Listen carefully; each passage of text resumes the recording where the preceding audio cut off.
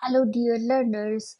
Today I will discuss the summary of the poem Fire and Ice written by Robert Frost.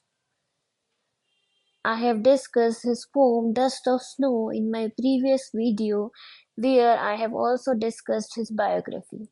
If you haven't watched that video, go watch that video and note down the summary of the poem Dust of Snow and the biography of Robert Frost from that video. Like the earlier poem, this poem is also a shorter one. In this poem, the poet refers to two predictions of how the world will end. We can see from the title of this poem Fire and Ice कि यहाँ पर जो fire and ice है दोनों ही opposite forces का as a symbol use करते हुए poet ने world के end को लेकर दो predictions की हैं. According to the poet, some people think that the world will end in fire, whereas others say it will end in ice. तो यहाँ पर जो पॉइंट हैं उनके वर्ल्ड के एंड को लेकर दो प्रेडिक्शंस हैं कि जो वर्ल्ड है वो या तो फायर की वजह से एंड होगा, अदरवाइज जो हमारा वर्ल्ड है it will end due to ice.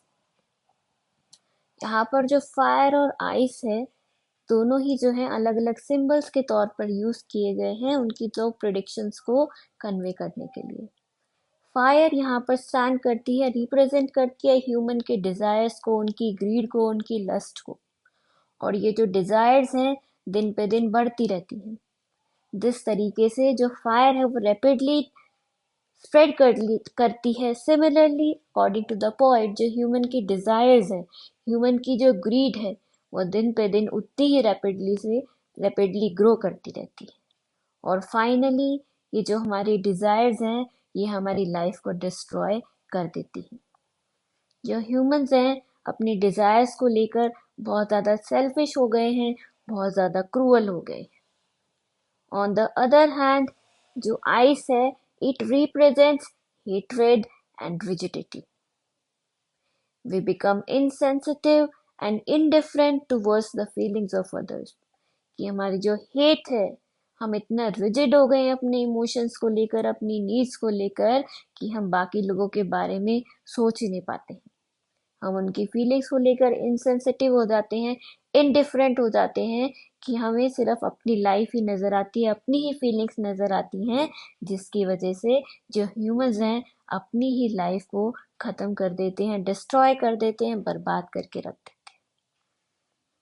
The poet says that both fire and ice are growing rapidly, that the world would soon perish either way, in fire or ice. Now I'll discuss the summary.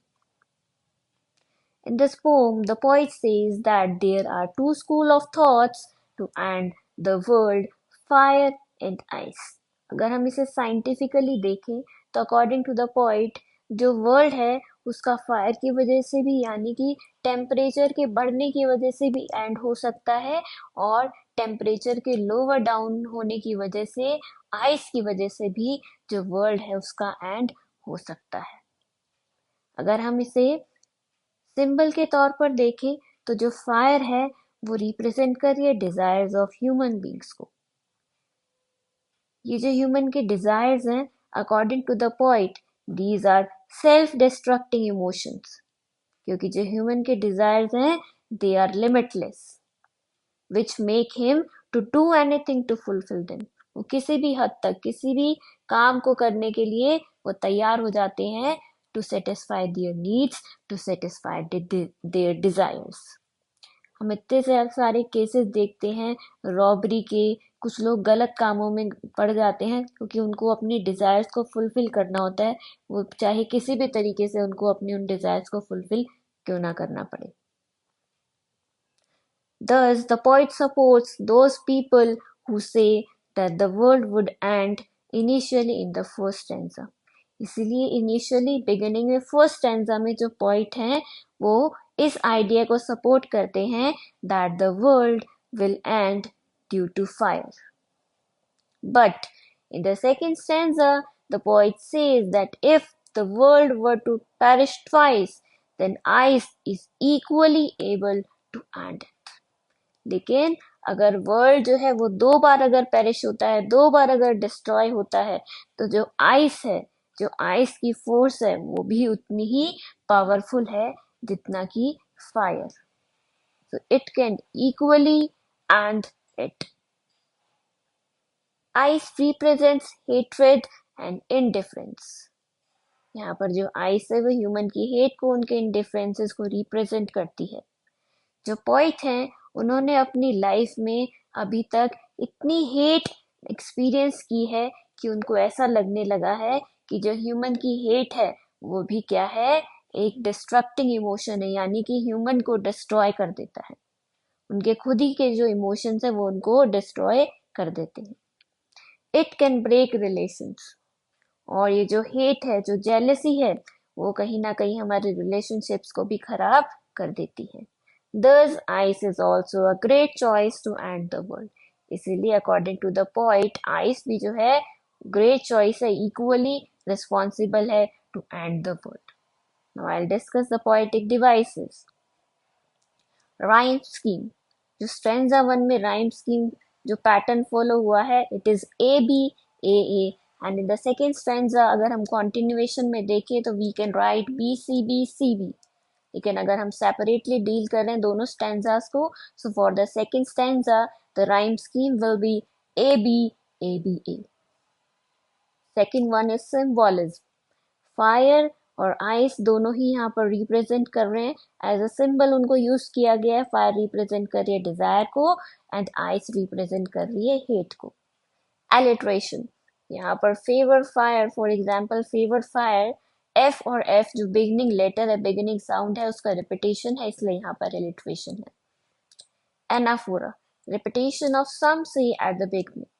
जब हम pome को read करते हैं we can clearly see कि जो सम से phrase है उसका बार बार बिगिनिंग में रिपीटेशन हो रहा है, इसलिए anaphora. Next one is imagery. Visualize the destruction through fire and ice.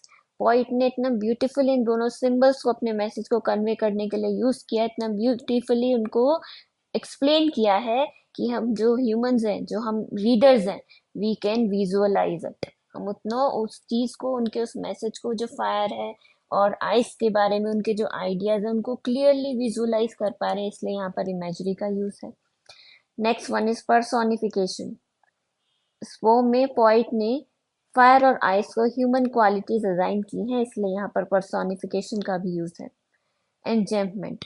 बिन हम जब पोम को पढ़ते हैं हम देखते हैं कि जो बिना पंक्चुएशन मार्क के लाइन को कंटिन्यू किया गया है, इसलिए यहाँ पर एंजेम्पमेंट का यूज है. मेटाफर. फायर और जो आइस है वो दोनों को मेटाफर के तौर पर यूज किया गया, कंपेयर किया गया है डिजायर से और हेट्रेड से, इसलिए यहाँ पर मेटाफर का यूज है. The last one is antithesis. Fire is the antithesis of ice. दोनों ही ऑपोजिट फोर्सेस को इकट्ठे यूज किया गया है, इसलिए यहाँ पर एंटीथेसिस पोएटिक डिवाइस का यूज है. Thank you all. Stay connected for the further videos. Don't forget to like, share and subscribe.